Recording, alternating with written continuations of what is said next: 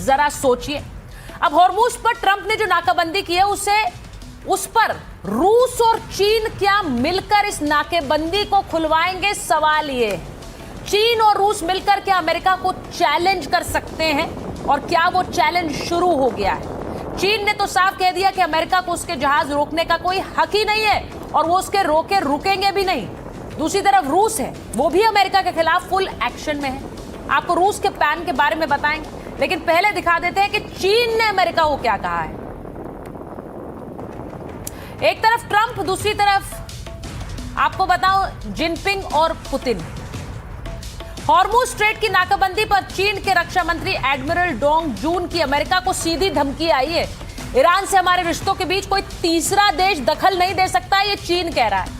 Iran के साथ हमारे द्विपक्षीय संबंध और व्यापारिक रिश्ते जारी रहेंगे।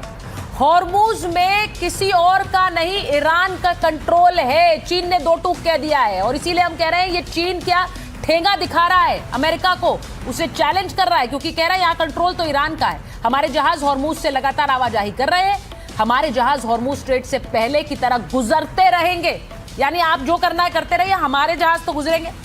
चीन का 40% कच्चा तेल हॉर्मूज स्ट्रेट से ही गुजरता है। अब चीन का 30% LNG हॉर्मूज स्ट्रेट से गुजरता है। अमेरिकी नाकाबंदी से हॉर्मूज का रास्ता बंद हुआ तो चीन की मुश्किल बढ़ सकती है। इसीलिए बीजिंग ने हॉर्मूज की अमेरिकी नाकेबंदी को सीधा सीधा चैलेंज कर दिया है। चीन के तेवर से साफ है कि अमेरिका ने अगर चीनी जहाजों को रोका तो टकराव की स्थिति बन सकती है। चीन का विदेश मंत्रालय हॉर्मूज को लेकर कैसे सीधे धमकी दे रहा है, जरा देखिए। अमेरिका की बढ़ती सैन्य तैनाती और घेराबंदी की कार्रवाई केवल टकराव और तनाव बढ़ाएगी, युद्ध विराम को कमजोर करेगी और होर्मुज में नेविगेशन की सुरक्षा को प्रभावित करेगी। यह खतरनाक और गैर जिम्मेदाराना व्यवहार है।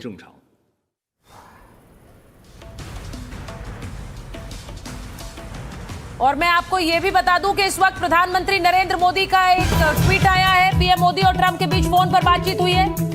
मोदी ट्रंप ने पश्चिम एशिया पर बात की है। दोनों नेताओं के बीच हॉर्मूज की सुरक्षा पर मंथन हुआ है। ये सुन लीजिए, हॉर्मूज मार्ग को खुला रखने की प्रतिबद्धता ये जाहिर की गई है। तनाव के बीच अहम समुद्री सुरक्षा पर चर्चा की गई है।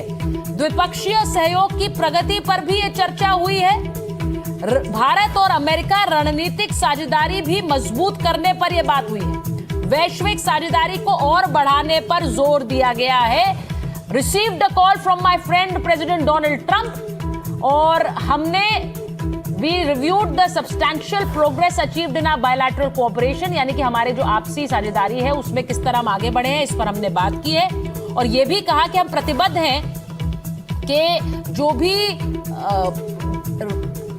अंतर्राष्ट्रीय ग्लोबल कॉम्प्रिहेंसिव स्ट्रैटेजिक पार्टनरशिप है उसे और बढ़ाया जाए, यानी कि वैश्विक मंच पर हमारी साझेदारी को और बढ़ देने के लिए हम प्रतिबद्ध हैं। और कीपिंग सबसे महत्वपूर्ण है आखिरी sentence. We have discussed the situation in West Asia and stressed the importance of keeping the Strait of Hormuz open and secure। यानी हमने इस बात पर चर्चा की है कि स्ट्रेट ऑफ हॉर्मूज खुला रहे और सुरक्षित रहे। अब आप सोच लीजिए, एक समय जब अमेरिका नाकेबंदी कर रहा है, लेकिन भारतीय प्रधानमंत्री से बातचीत में हॉर्मूज की बात हुई है और दोनों राष्ट्राध्यक्षों ने इस बात पर प्रतिबद्धता जाहिर की कि हॉर्मूज सुरक्षित भी रहना चाहिए और खुला भी रहना चाहिए। तो ये आपको मैं बता रही हूं। तो अभी थोड़ी देर पहले मैंने आपको बताया कि कैसे चीन ने हॉर्मूज को लेकर सीधे सीधे डोनाल्ड ट्रंप को उनकी दादागिरी की बात कही और उन्हें चेताया है। अब आपको एक खबर देती हूं। हॉर्मूज नाकेबंदी अमेरिका कर रहा है, लेकिन इन सब के बीच चीन ने अमेरिका को धमकी देते हुए अपना जहाज निकाला है। यह तस्वीर हालांकि पुरानी है, लेकिन मैं आपको बता रही हूं, हॉर्मूज से एक जहाज चीन ने अपना निकाल लिया है। अमेरिकी नाकाबंदी जारी है, लेकिन चीन का एक जहाज वहां से निकला है। शिपिंग डेटा के मुताबिक अमेरिका की तरफ से प्रतिबंधित चीन का टैंकर स्ट्रेट ऑफ हॉर्मूज से निकल गया। अमेरिकी नाकेबंदी के बावजूद भी वो वहां से निकला है। अब ये सोचिए कि ईरान के साथ व्यापार करने की वजह से टैंकर और उसके मालिक पर संयुक्त राज्य अमेरिका की तरफ से प्रतिबंध लगाया गया था, लेकिन कोई नाकाबंदी काम नहीं आई और रूस भी अमेरिका के होश उड़ाने की तैयारी कर रहा है। तो सिर्फ चीन नहीं है, सिर्फ ये एक जहाज चीन का निकला है, ये अपने आप में दिखाता है कि चीन जिस तरह की धमकी दे रहा है वो काम आ रही है और इसीलिए उसका जहाज वहां से निकला है, जबकि अमेरिका ने नाकेबंदी कर रही है। वहीं दूसरी तरफ रूस क्या कह रहा है वो भी सुनिए। ईरान अमेरिका टकराव के बीच रूस को लेकर अमेरिकी अखबार फाइनेंशियल टाइम्स ने बड़ा दावा किया है। ट्रंप की हॉर्मुज नाकेबंदी को बेअसर कर सकता है रूस। ईरान को चुपचाप हथियार सप्लाई कर रहा है। रूस ने ईरान को हथियार सप्लाई के लिए सीक्रेट रूट भी एक्टिव किया है। कैस्पियन सागर के रास्ते ईरान को हथियार और गोला बारूद की सप्लाई की जा रही है। रूस ईरान को इसी रूट से drone, man portable air defence system भी भेज रहा है। एयर डिफेंस सिस्टम S-300 के कलपुर्जे भी इसी रास्ते से भेजे जा रहे हैं। कैस्पियन सागर में ग्लोबल नेवल निगरानी बहुत कम होती है। कैस्पियन सागर में कोई अंतर्राष्ट्रीय जलमार्ग नहीं और इसीलिए अमेरिकी या इजरायली नौसेना वहां आसानी से दखल नहीं देती। इस रूट से रूसी हथियारों की सप्लाई के चलते ईरान इस युद्ध में अभी तक टिका हुआ है। दावा है कि रूसी शैडो फ्लीट के जहाज ट्रैकिंग सिग्नल बंद करके कैस्पियन में आवाजाही करते हैं। हर जहाज जो समुद्र में उतरता है उसका एक ट्रैकिंग सिग्नल होता है, उसे आप बंद कर दे तो पता नहीं लगता है और यही वो कर रहा है, ऐसा बताया जा रहा है इस रिपोर्ट में। जहाज ईरानी और रूसी झंडे तले चलते हैं और अक्सर वोल्गा डॉन कैनाल के जरिए काले सागर से भी जुड़ते हैं। अब ट्रंप पर हॉर्मुज खोलने का प्रेशर साथियों की तरफ से बहुत बढ़ गया है। इसमें सबसे नया नाम है सऊदी अरब का। द वॉल स्ट्रीट जर्नल की एक रिपोर्ट के मुताबिक सऊदी अरब चाहता है कि स्ट्रेट ऑफ हॉर्मुज जल्द से जल्द खोल दिया जाए। एक तरफ तो ईरान उस पर अड़ा था और अब अमेरिका ने नाकेबंदी कर दी है और इसीलिए सऊदी अरब अमेरिका पर दबाव डाल रहा है। वो चाहता है कि अमेरिका समुद्री नाकेबंदी तुरंत खत्म करे और ईरान के साथ बातचीत की मेज पर लौट आए। दरअसल सऊदी अरब का मानना है कि अमेरिका की कार्रवाई आग में घी डाल रही है। इससे वो बहुत डरा हुआ भी है क्योंकि इसका सीधा सीधा असर उस पर और बाकी देशों पर भी पड़ेगा। अब ट्रंप पर सऊदी अरब का ये दबाव क्यों है? ईरान के प्रॉक्सी हूती ने बाब अल मंदेब बंद करने की धमकी दे दी है।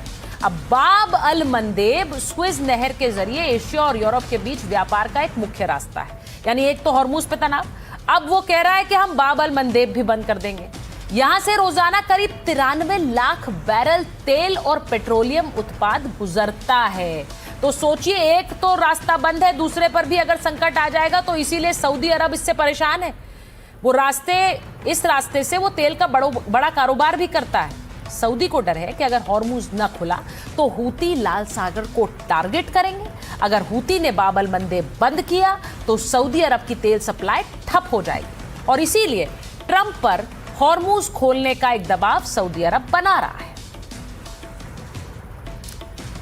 अब सबसे बड़ा सवाल यह है कि ईरान अमेरिका की जंग किस मोड़ पर खड़ी है। क्या सीज फायर रहेगा या फिर दोबारा दोनों देशों की तरफ से मिसाइल फायर होंगे? क्या दोबारा जंग की तस्वीरें सामने आएंगी? क्या दोबारा खाड़ी देशों में तबाही मचेगी और क्या यह युद्ध अब और विनाशक हो जाएगा? अमेरिका ईरान में दूसरे दौर की बातचीत की तैयारी हो रही है। अमेरिकी अधिकारियों के मुताबिक वार्ता पर विचार किया जा रहा है।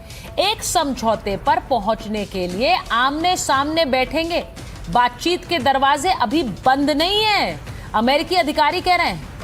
एक रिपोर्ट के मुताबिक ईरान अमेरिका सहमत भी हो गए। राजनयिक अमेरिकी अधिकारियों के हवाले से खबर है। डेलीगेशन का स्तर वही रहेगा या नहीं ये तो तय नहीं है, यानी कि वही लोग जाएंगे या कोई और जाएगा। फिलहाल स्थान और समय भी तय नहीं। अधिकारियों के मुताबिक 16 अप्रैल को बातचीत संभव है। 16 अप्रैल को यानी 2 दिन बाद। दूसरी बैठक से पहले बोले अमेरिकी उपराष्ट्रपति JD वैंस के समझौते को लेकर अब गेंद तेहरान के पाले में है। तो अमेरिका कह रहा है हम तो बातचीत के लिए फिर से तैयार हैं, अब गेंद तेहरान के पाले में है, वो तय करें। अमेरिका ने अपनी सारी शर्तें साफ कर दी हैं, ये JD वैंस का कहना है। समझौते पर आगे बढ़ना ईरान पर निर्भर करता है। अगर ईरान समझौते की शर्तें मानने को तैयार है, ईरान को सामान्य देश की तरह ट्रीट करने को तैयार है, तो ईरान का आरोप है कि अमेरिका शर्तें हम पर थोप रहा है और अमेरिका का रुख शुरुआत से ही संदिग्ध रहा है। हालांकि ट्रंप दावा कर रहे हैं कि ईरान जल्द समझौता करना चाहता है। Well, he's done a good job, and Steve and Jared, they've all done a very good job. And I can tell you that we've been called by the other side. They'd like to make a deal very badly, very badly.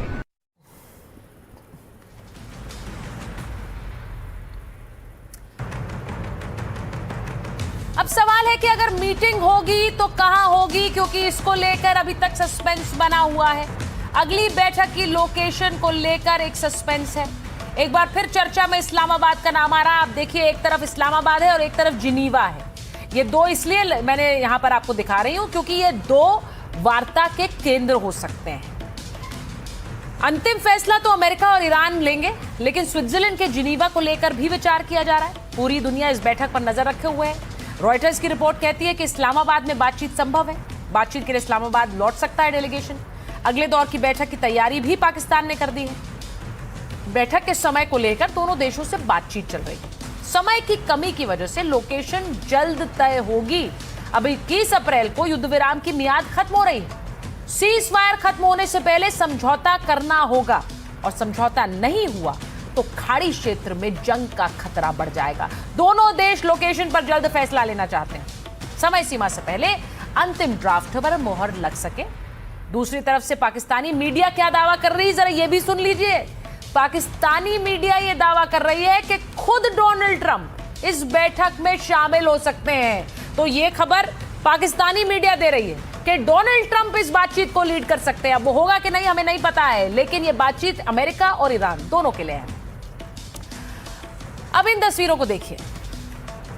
ये पाकिस्तान का स्कार्दू है, जहां Iran के समर्थन और America Israel के विरोध में रैलियां निकाली गई है। अब आप सोचिए, अगर वार्ता पाकिस्तान में होती है तो वहां दूसरी तस्वीर ये भी होगी, जहां ईरान के समर्थन और डोनाल्ड ट्रंप के खिलाफ रैली।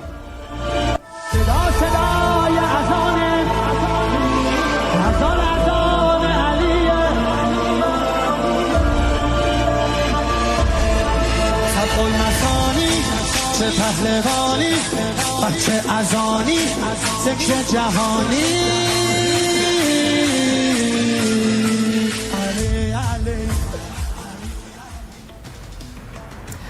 अब बैठक का दूसरा राउंड कहां होगा, इस पर सवाल है। लेकिन इस बीच पुतिन एक्टिव हो गए हैं। अमेरिका ईरान युद्ध के बीच रूस ने ऑफर दिया है। मध्यस्थता करने के लिए रूस ने हाथ आगे बढ़ाया है। तनाव कम करने के लिए पुराना प्रस्ताव दोहराया है। यूरेनियम को अपने पास रखने का प्रस्ताव भी दिया है। रूसी राष्ट्रपति के ऑफिस क्रेमलिन का बयान आया है। पुतिन ने बातचीत में दोनों देशों को प्रस्ताव दिया था। अभी भी रूस यूरेनियम को रखने के लिए तैयार है। रूस का यह प्रस्ताव काफी समय से मेज पर है। अगर रूस ये यूरेनियम रखेगा तो ये महत्वपूर्ण बात हो जाएगी, क्योंकि मार्च में भी पुतिन ने ट्रंप को ऐसा ही प्रस्ताव दिया था। सवाल है कि अब पुतिन की बात क्या ट्रंप मानेंगे। वो मध्यस्थ भी बनना चाहते हैं और वो ये भी कह रहे हैं कि हम ईरान का यूरेनियम अपने पास सुरक्षित रख सकते हैं।